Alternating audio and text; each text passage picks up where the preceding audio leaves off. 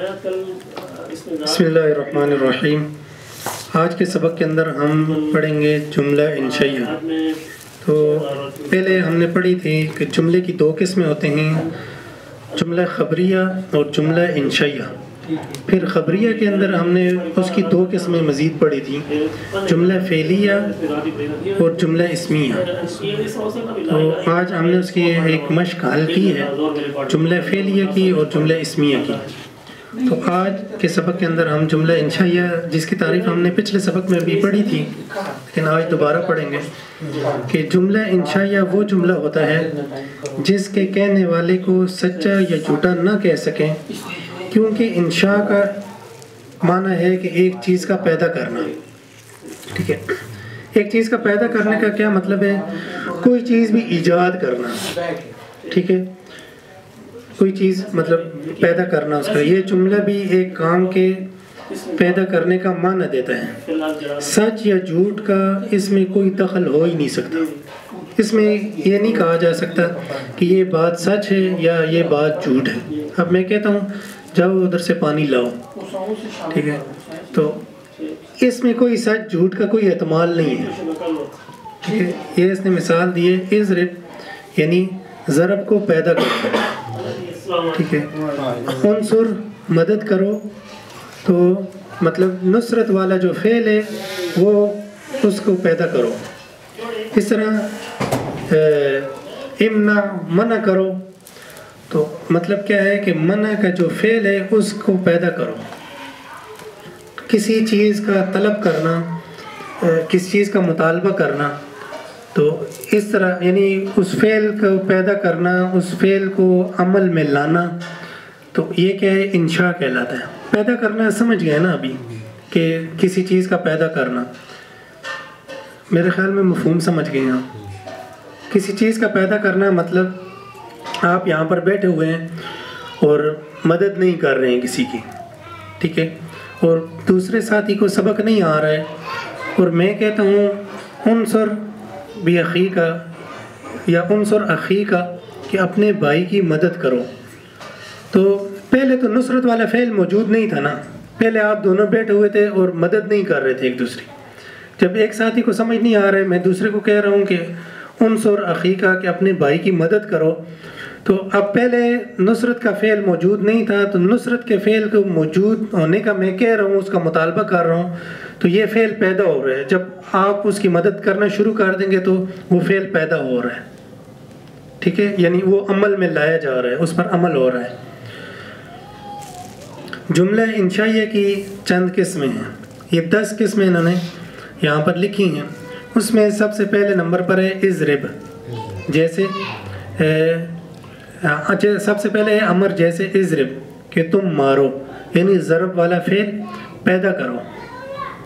پہلے موجود نہیں تھا، تو میرے مطالبے پر وہ فعل پایا جا رہا ہے، تو اس کی انشاء ہو رہی ہے، پیدائش ہو رہی ہے۔ دوسرے نمبر پر ہے نہیں، کہ لا تضرب مت مارو، کہ اس فعل کی نفی کی جا رہی ہے، کہ فعل تو پایا جا رہا تھا، اب اس فعل کو ختم کرنا ہے ہم نے۔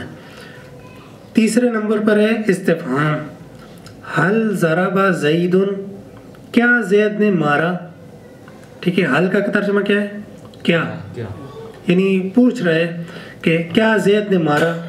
اب اس میں جس طرح ہم نے پہلے پڑھا تھا کہ جملہ خبریہ جو ہوتا ہے اس میں سچ اور جھوٹ کا احتمال ہوتا ہے، تو حل ضرب زید یہ ایسا جملہ ہے کہ اب اس میں سچ اور جھوٹ کا احتمال نہیں ہے، ٹھیک ہے، تو اس میں یہ کیا ہے؟ جملہ استفہامیہ۔ جب یہ ترکیب میں ہوگا تو ترکیب میں اس کو کہیں گے جملہ انشائیہ، ٹھیک ہے، بس اتنا ہی کہہ دیں گے، کیونکہ اس کے جملہ یہ آگے اس کی قسمیں آگے قسم بول دیں، یہ جملہ استفہامیہ بھی کہہ دیں تو یہ بھی کافی ہو جائے گا۔ آگے ہے تمنی، تمنی جیسے لیت زیدن حاضر، لیت زیدن حاضرن، ٹھیک ہے، لیت زیدن حاضرن، کاش کہ زید حاضر ہوتا۔ لیت کا معنی کیا ہے؟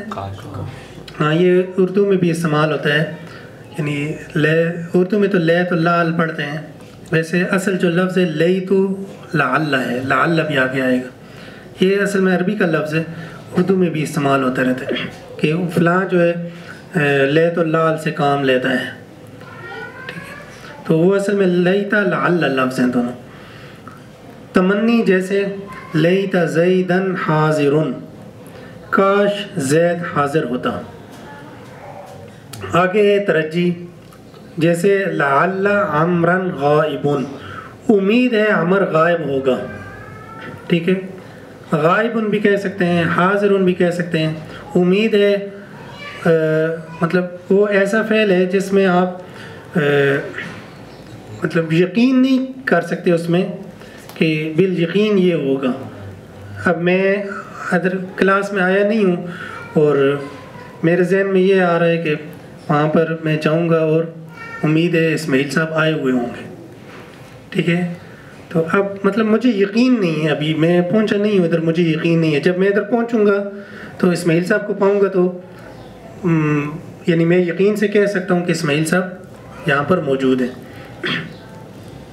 کاش جو پہلا لفظ استعمال ہوا لیتا، اس میں یہ ہے کہ ایک ایسی چیز کہ جس کا جو وجود ممکن بھی ہے ناممکن بھی ہے، کہ کاش آج وہ آ جاتا، ٹھیک ہے، تو حضرت صاحب یہاں پر موجود ہے تو ان سے مل لیتا، ٹھیک ہے، کاش میں حضرت صاحب سے ملنے کے لیے چلا جاتا، وہ عمرے کے لیے چلے گئے ہیں، کاش کہ میں بھی وقاص صاحب کے ساتھ سفر کے لیے چلا جاتا اور ان سے ملاقات ہو جاتی، ٹھیک ہے، تو یہ ایک قسم کا افسوس، ٹھیک ہے، یا اس طرح کے الفاظ جو ہوتے ہیں وہ استعمال کیے جاتے ہیں۔ اچھا، آگے ہے نمبر 6 عقود۔ عقود یعنی معاملات۔ عقود عقد سے ہے، اور عقد کہتے ہیں گرہ کو، ٹھیک ہے، کوئی بھی ہم گرہ لگاتے ہیں اس کو کہتے ہیں عقد، اور نکاح کو بھی عقد کہا جاتا ہے کیونکہ وہ بھی دو خاندانوں کے درمیان گرہ لگ جاتی ہے۔ اور عقود کو عقد کو یہ تجارت جو ہوتی ہے یہ بھی دو آدمیوں کے مابین ہوتی ہے، تو لین دین ہوتا ہے، ایک طرف سے پیسے ہوتے ہیں دوسری طرف سے مال ہوتا ہے، تو وہ آپس میں ایک تعلق بنتا ہے، آپس میں ایک واسطہ بنتا ہے، تو اس کو بھی عقد کہتے ہیں، گرہ لگتی ہے۔ جیسے بیعت واشتریت، بیعت میں نے بیچا، واشتریت اور میں نے خریدا، ٹھیک ہے، اسی طرح ندا۔ تو یہ سارے الفاظ جتنی بھی مثالیں دی جا رہی ہیں ان سب میں یہ دیکھیں، اس میں کسی جملے کے اندر بھی سچ اور جھوٹ کا احتمال نہیں ہے۔ آگے ہے ندا، جیسے یا اللہ، کوئی بھی حرف ہم استعمال کرتے ہیں یا کا تو وہ حرف ندا ہے، جس میں بھی سچ اور جھوٹ کا کوئی احتمال نہیں ہے۔ آگے ہے عرض، جیسے الا تأتینی فأعطیک دینارا، تم میرے پاس کیوں نہیں آتے کہ میں تم کو اشرفی دوں، تم میرے پاس ادھر کیوں نہیں آتے تاکہ تمہیں میں یہ سبق پڑھا دوں، ٹھیک ہے، تو یہ جو جملہ ہے اس جملے کے اندر بھی سچ اور جھوٹ کا احتمال نہیں ہے۔ ایسا جملہ اگر استعمال ہو تو اس کو کیا کہیں گے، یہ عرض استعمال ہوگی۔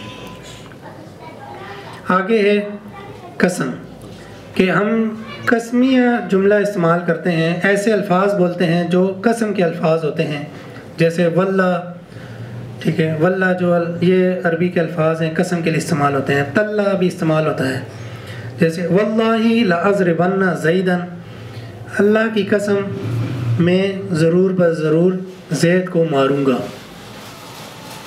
آگے ہے، یہ سمجھ آ گئے نا، آسان ہے۔ آگے ہے تعجب۔ تعجب یعنی کسی فعل پر آپ تعجب کا اظہار کرتے ہیں کہ ما احسنہ، کہ وہ کتنا حسین ہے، وہ احسن بھی، وہ کس قدر حسین ہے، وہ کتنا حسین ہے اور وہ کس قدر حسین ہے۔ تو اسی طرح ہم اگر اپنی زبان میں بھی کوئی ماشاء اللہ آپ کا کیا موٹر سائیکل ہے، ماشاء اللہ جی کیا گاڑی ہے، ماشاء اللہ کیا گھر ہے، اس طرح کے الفاظ، تو یہ کیا ہے، ایک تعجب کے الفاظ ہم استعمال کرتے ہیں۔ ما احسنہ، اسی طرح ما شاء اللہ، ٹھیک ہے، اور اس طرح ہم واہ جی واہ، ٹھیک ہے، اس طرح کے الفاظ ہم استعمال کریں، واہ جی واہ کیا گھر بنایا آپ نے، تو یہ بھی تعجب کے الفاظ ہیں، مطلب اس میں حیرانگی ہو رہی ہے، تعجب کیا جا رہا ہے، ایک خوشی کا اظہار کیا جا رہا ہے، اس میں انسان کے اندر سے وہ جو الفاظ ہوتے ہیں حیرانگی کے، وہ الفاظ زبان پہ آتے ہیں، تو وہ عربی کے اندر کیا کہتے ہیں، ما احسنہ، کیا یہ اچھا ہے، ٹھیک ہے، اس طرح احسن بھی یہ آگے گردانوں میں بھی آپ پڑھیں گے۔ تو یہ 10 قسمیں جو ہیں، یہ جملہ انشائیہ کی 10 قسمیں ہیں، تو یہ مخصوص ہی قسمیں ہیں، ٹھیک ہے، اس کے علاوہ مطلب اور انشاء کی قسمیں نہیں ہیں۔